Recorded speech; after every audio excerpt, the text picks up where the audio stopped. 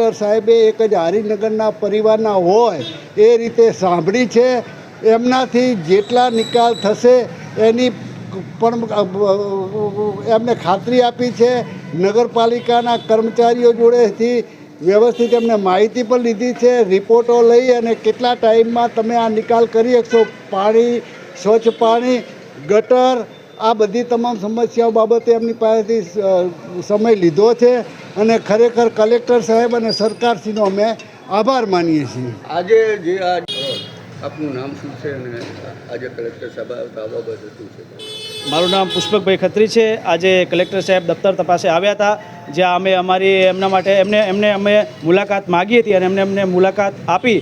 એમાં અમે હારીજની સમસ્યાઓ છે, જે ગટરની સમસ્યા છે, પાણીની છે અને સફાઈ બાબતે સમસ્યા છે, તે અમને રજૂઆત કરી અને એમને બધી રજૂઆતો ધ્યાનથી સાંભળી અને જે લાગતા વળગતા અધિકારીને નિર્દેશ આપ્યા કે આવી કામગીરી થવી જોઈએ.